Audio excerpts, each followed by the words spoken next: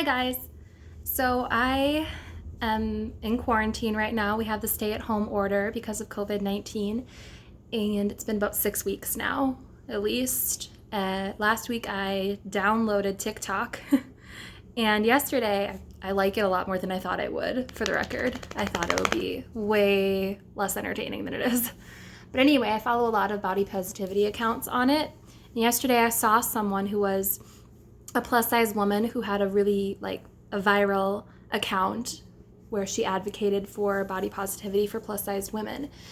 And she shared in this video where she was like, obviously kind of nervous. She shared that she feels like a fraud sometimes because she is not really always that confident. Like sometimes she's really insecure about her stomach, or she gets really insecure at times. So she said, I feel like I am a fraud and I shouldn't be advocating for this. And I think that that's a really human thing to say. Like, the truth is that anybody who advocates, it's because they get it. They get what it's like. I mean, for most of the advocates that I've known and gotten familiar with, and being something of an advocate myself, I talk about it and I feel like that's important.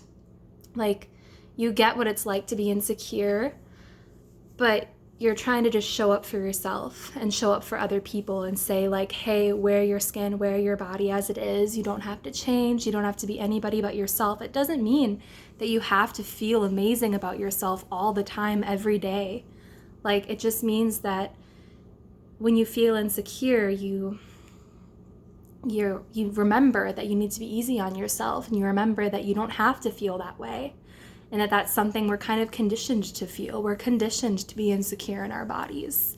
And being able to even just say it to other people, no, there's nothing wrong with your body.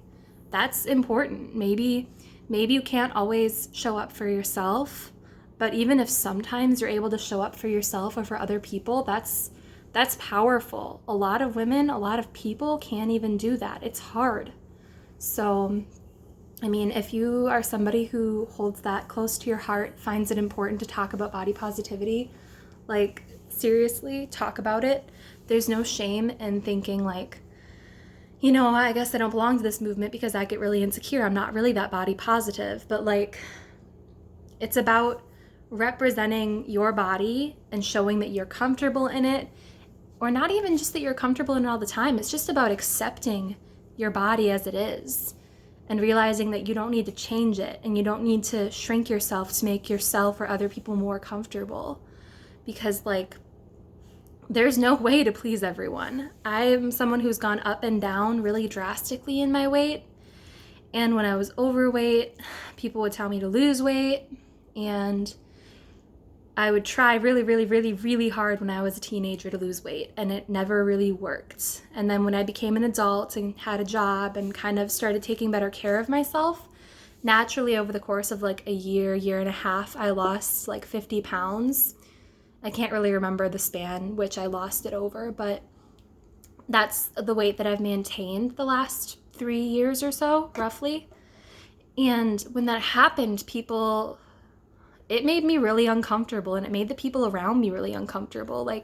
Everyone had always told me you should lose weight, you should lose weight. And there were some people obviously who were no, you're fine the way you are. But a lot of people for a long time told me to lose weight. And when I finally did, it made people really uncomfortable, which made me really uncomfortable. I'm a really empathetic person. So when everyone around you is commenting on your weight and commenting on your appearance, which they did before, I've received comments on my body my entire life, but it was so much more uncomfortable because I felt when I lost enough weight, people would accept me, and that didn't really happen, and I didn't really accept myself after losing weight.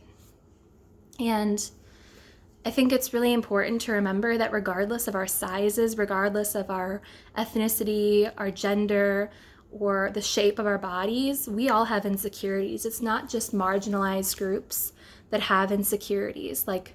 Thin, skinny, model type white women, they still have insecurities. And I don't consider myself a thin, tall, skinny model type. I'm curvier, I'm not super skinny, I'm not tall, I have imperfections, but the truth is that everyone does.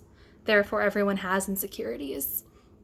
But it's not just those privileged bodies and privileged women and men that have, like, they don't have a perfect concept of themselves. They still have insecurities. They still get down on themselves. And I mean, that person you think is the most beautiful person in the world might have more insecurities than you could even imagine. They might be dying inside with low self-esteem and just a desire to change. And that's what, to me, body positivity is really about. It's about challenging that narrative of, oh, you need to be this, you need to do this, you need to do that, you need to eat this, you need to work out, you need to be thin. Because as many people have experienced, simply becoming thin doesn't solve your problems. I've seen a lot of people with stories similar to mine showing up and being like, yeah, it didn't fix my problems. I'm still insecure. People still talk about my body. Like, it doesn't make it go away. And especially right now, being locked inside all the time, like, this is hard. I mean, I still have a lot of disordered eating thoughts. I still have body dysmorphia, but when I'm busy, it's a lot easier to keep the healthier mindset and to let food and my body be in the back of my mind rather than the forefront. So right now I'm struggling because I can't do anything. I can't go anywhere. I can't, and I get a little lethargic when I'm stuck at home, so I'm not really motivated to like read books and study and stuff like that, So it's something that's really hard and really personal. So it's not fair to just judge someone and say, well, they have it easier than me because they have a more privileged body than me. Like, that's not true. Like, that's not necessarily true, and that's not fair. Like, don't diminish someone else's struggles just because you've decided yours are harder. But the whole purpose, I guess, of me talking about this right now is just that, like, that one girl just talking about how she felt like a fraud and felt like she shouldn't be talking about body positivity because she still has a lot of days where she feels really insecure about her body. And I just want to tell everyone that's okay. Like, the fact that she's still showing up and advocating for her body is amazing. Like, that's what needs to happen. More and more people need to be speaking those things into existence. More men too. That like the way you are is okay and you don't need to change to fit some unrealistic standard of beauty. So if you're someone who struggles with that and who has a hard time with that, like, it's okay. It's okay to have bad days. It's okay to feel bad about yourself, but like, keep trying to speak those things into the world. Like, for me, the first thing I did was I would just say these kinds of things to my friends and the people that I care about. Like, I would advocate for them. Your body is just fine the way it is. Your body is so beautiful. You don't need to change yourself. Like, what you're doing isn't healthy. What you're doing is hurting you. Like, that kind of thing. And then I had to turn it around and apply it to myself and tell myself all those things and tell myself that I don't need to change and that I need to take care of myself, because once you start caring for yourself, at least mentally, at least accepting your body. I think I've referenced this before, but one time Demi Lovato was talking about body positivity, and she said that body positivity is really hard for her and that she tries really hard to just strive for body acceptance. And I think that's really powerful because, I mean, we need to be able to accept all kinds of bodies. And a lot of people don't realize the really strong bias there is against larger bodies. Like, people have a really strong preference to skinny people or fit people, and it's really crazy. Like, we have it ingrained in us to believe from childhood that overweight people are lazy, that they are unhygienic, that they're dumb. I mean, these are stereotypes I've read about in like psychological studies. Like, these are real stereotypes that people see as children. Like, if you can think about cartoons you watched as a kid, like, there was a fat, dumb person who was lazy. Patrick Star comes to mind. Like, it's a real stereotype, and it's a real bias that's ingrained into us. We need to bust out of that, and we need to tell people that, like, any body can accomplish anything. There's no limitation on you just because of the way your body is shaped. And like another good reminder, like you can't change the shape of your body. Like when you lose weight, you don't just magically turn into this whole different person. You don't. Like I struggle really hard with body dysmorphia because sometimes I look in the mirror and I just don't even recognize my body because it's changed so much over time, but at the same time, I don't feel different. Like I still have all the same insecurities I had when I was 50 pounds heavier. They didn't go away. Like, yeah, it's not what the media likes to think and likes to show us. It's not what the media likes to tell us that, oh, if you diet and you lose weight, you'll automatically be beautiful, you'll have more friends, you'll have more energy, everyone will love you. Like, no, maybe they kind of advocate or they kind of show that like, oh, your love life will be greater. You might, find a boyfriend or girlfriend because you lose weight. Like, no, your life doesn't get better. Your life doesn't just change astronomically because you lost weight. At the most, you might become physically healthier, your endurance might increase, and that's great, but like, it's not gonna change the essence of who you are. So like, I wish that people would stop idealizing diet culture and stop subscribing to all these false beliefs and false narratives that are being shoved down our throats every single day. Like if you're on Facebook, if you're on Instagram, if you're on YouTube, TikTok, it's being shoved in your face every day, diet culture. Like it's there and it wants you because it's such a marketing thing. Do you know how many products are sold every single day just in diet culture? Diet pills, supplements, all those people selling things on Facebook, like it's everywhere. Beachbody. So I think that if you feel strongly about body positivity, talk about it. Like there's no wrong way to do it, and that's the whole point. It's about including everyone. Like there's no wrong way to talk about body positivity and body inclusivity and body acceptance. There's no wrong person, there's no wrong body, wrong gender, wrong ethnicity. Like it's empowering. Like on Instagram, I follow a variety of people who are body positivity advocates, and they all have different bodies, and it makes me feel really empowered to see someone who looks something like me, like showing off their body and talking about body positivity. And like, you might be that person to someone else.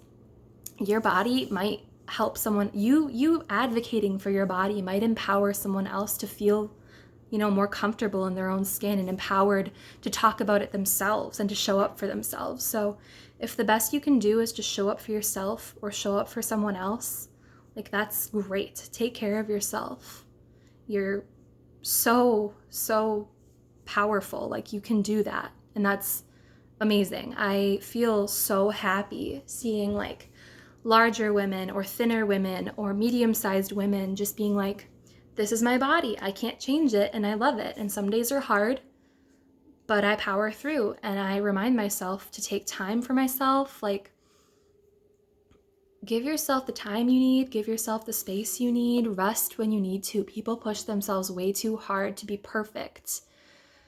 And I think it's really nice to see so many people share the hard days that they have. Like it's nice to see someone that like seems like their life is perfect on Instagram say like, I'm having a hard day. And it's not nice in like a, oh good kind of way. It's like, oh, so even people who seem perfect have hard days. Like even people who we maybe envy or want to be more like have hard days. So yeah, I mean, the whole like core of body positivity, like it totally makes sense that the people who advocate for it have insecurities, but they're trying to push past that and say these insecurities are unnecessary and that they, we're going to power through, we're going to push past them and break through these insane standards and insane ideals that have been set for us since we were kids. Like, I wear low-rise jeans in spite of the fact that I'm not thin. Like, I'm not super thin by any means. And like for years, I would not wear low-rise pants because they give me a muffin top, because I'm not skinny enough. I'm not 2002 Christina Aguilera skinny. Like, and now I wear them because I like them. I feel good wearing them. And I said, you know, screw that. I'm going to wear what I want to. And if it's something just like that, that tiny little thing can be really empowering. Wearing what you want to wear in spite of what other people think or what you think other people might think is empowering. Like, I love seeing curvy girls and thicker girls wear crop tops and like just own it. I'm just like, dang, you look so good. Like, why can't I be that confident? And even if they're really not that confident, they're showing up for themselves and they're saying, you know, this is what I want to wear and I'm going to wear it. And that's awesome. Like, that's what we all need to do. So, yeah, if you're someone who follows the body positivity community and maybe you feel like you have a voice to share in it, don't like doubt yourself. Don't let yourself think that you're not powerful enough or you're not important enough to be a part of it. It's about inclusivity and accepting every single body. Like, if you have a voice, use it. Like, if you have a voice that you want to share, use it. If there's something you want people to know or an experience you've had, or if you just want to like be a hype woman, be that. Like, that's awesome. I love seeing like other women supporting women and commenting like, oh my gosh, you look so great, or how'd you do your makeup like that? That shirt is so cute. Just even like little superficial comments can be really sweet just to like hype people up, or just like, damn. Tiny little things like that can really make someone's day. You know, speak positive things into the world and hopefully they'll come back to you, you know, like I said earlier, when I originally started really trying to advocate for body positivity, I was advocating for other people. I was advocating for my friends. I would try to help them build themselves up. And then I realized that a lot of people that I see in the body positivity community help me, you know? So I decided like, I want to represent that and I want to be a part of that. And I want to help someone else feel empowered by showing up myself. So yeah, I'm not a big advocate. I don't have a huge following. I have a very small following. It's literally just like friends. But even that, like that might really help someone. There might be someone that maybe I haven't talked to personally about this and they see my posts and it makes them feel good. Like, that's all this is about. It's about helping other people to accept themselves and to feel empowered to step out and be themselves. So that's all I've got. Also, I got this shirt on Etsy. I think it's backwards on your camera, but it says all bodies are good bodies. And then it's got flowers all over it. I think it was from The Fabulous Feminist on Etsy. But yeah, if you just search this on Etsy, you'll find it. I love it. And just wearing this is an advocate. This is me going out into the world and saying, hey, wear your body, wear it as it is. Don't try to change it. Wherever you're at in your journey, like, own it. If you're recovering from an eating disorder, own it. If you are a thick girl, own it. Like, God, I also saw something else on TikTok that I thought was really crazy. I saw a thick girl playing like that, I don't know if it was Never Have I Ever, kind of. She had 10 fingers up and every time she had done something that was spoken, she'd put a finger down. And like things like, been bullied for my size. And one of them was on a diet before the age of 10 and her finger went down.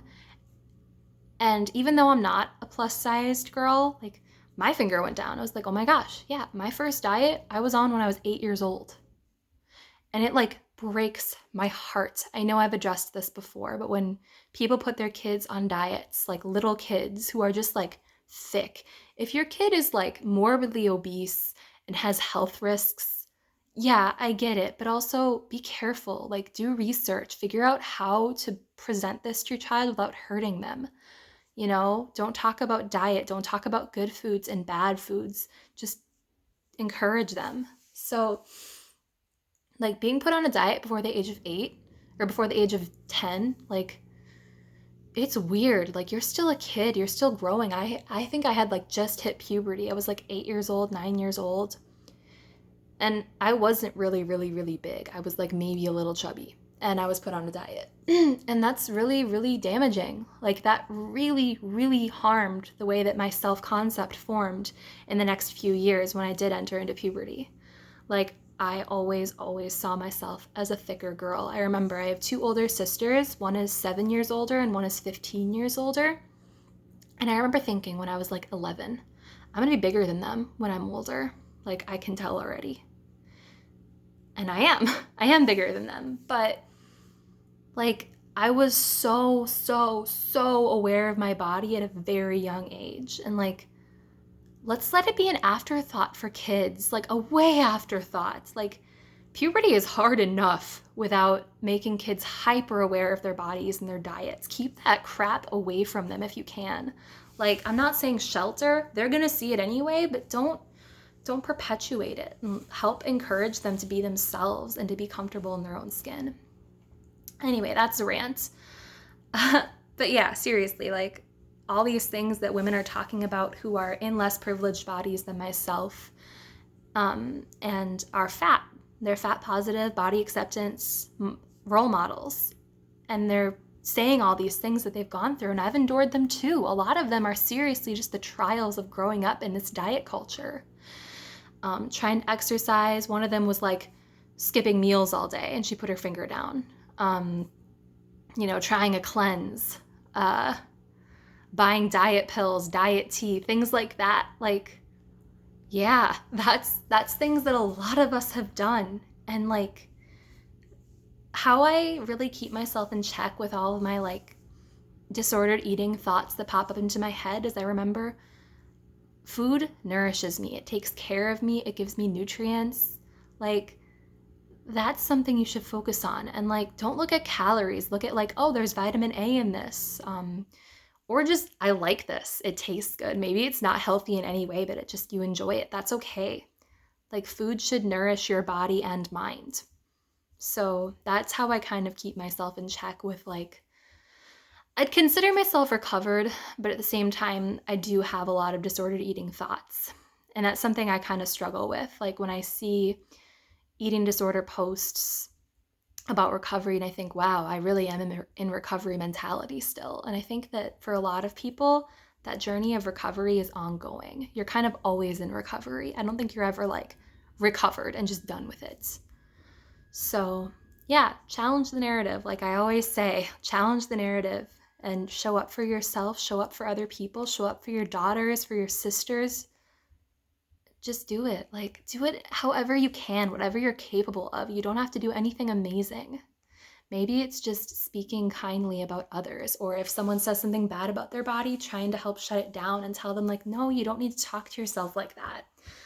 Like, I don't know, talking to friends. If a friend says something really negative about her body, just say, would you say that about your daughter? Would you say that about your sister? Would you say that to someone you really love? Then don't say it to yourself. Like, you're so much harder on yourself than you are to anybody else. Just speak positive words into the world. That's all. Sometimes that's the most you can do, and that can be extremely powerful. That is not small by any means. I've been told that people, like my friends, look at me as like a body positivity like role model. Just friends, like not a lot of people, but still, like, knowing that I have an impact on other people is like so amazing and so empowering, and it makes me feel like I need to keep sharing my voice, and hopefully they'll find theirs and they'll share theirs too. So I guess for today, that's my whole rant, my whole rampage. Oh, and I gave myself some quarantine bangs, as you can see. I was growing them out for 2 years, and now I have them again. That'll be fun to grow out. But anyway, I hope you guys are all taking care of yourselves. I hope you are taking the time and the space you need and resting if you need to. This isn't a time where we need to be accomplishing big goals and getting huge projects done. If the most you can do today is like feed yourself and get out of bed and maybe stretch and just move your body a little bit, maybe the most you do today is like halfway unload the dishwasher. That's okay. That's just fine. Do what you're capable of today and be gentle to yourself. Thanks for watching my video. Please like, subscribe, drop a comment if you've got a thought, and stay well, friends. Thanks.